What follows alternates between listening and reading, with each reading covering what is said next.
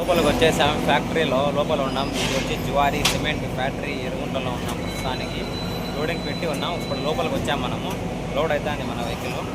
ఇక్కడ లోడ్ అవుతుంది. మంచి బెల్ట్ వస్తున్నాయి. చూపిస్తాను కావాలంటే చూడండి మీరు. ఇదంతా మనకు లోడ్ వచ్చి అయిన వచ్చి ధర్మపురి. మనం నైట్ బయలుదేరాల ధర్మపురికి. చూస్తాను ఆ లోడింగ్ కూడా చూడండి, చూపిస్తాను మీకు.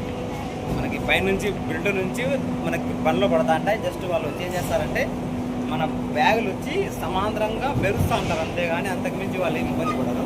చూడండి అక్కడ ఆ బెల్ట్ కానొస్తుంది కదా, ఆ బెల్ట్ పై నుంచి మన బ్యాగులు వచ్చి పైనుంచి వచ్చి ఆ పైనుంచి వచ్చి కిందకు వస్తూ ఉంటాయి. ఆ బెల్ట్ వచ్చి బాడీ పైన వాళ్ళ ఇద్దరు హమాలీలు ఎక్కి అవతల ఇద్దరు బెల్ట్కు తిప్పుకుంటా వాళ్ళంతా ఆ బ్యాగులు వచ్చి పెరుస్తూ ఉంటారు. చూడండి వీళ్ళు వచ్చి లోడ్ చేసేవాళ్ళు. ఇలా బండి లోడ్ వచ్చి ఇలా లోడింగ్ అవుతూ ఉంటుంది. ఇక్కడ నుంచి ఎక్కడెక్కడికో పోతూ ఉంటాయి. బెంగళూరు, కేరళ, తమిళనాడు. మన బండి వచ్చి ఇప్పుడు తమిళనాడు లోడ్ అయింది. ధర్మపురి మన బండి లోడ్ అయ్యేది. మనం ఒక 1 అవర్లో లోడ్ అయిపోద్ది. మనం బయటికి పోయి పట్ట కట్టిన తర్వాత మనంతా మనం బయలుదేరి వెళ్ళిపోవచ్చు.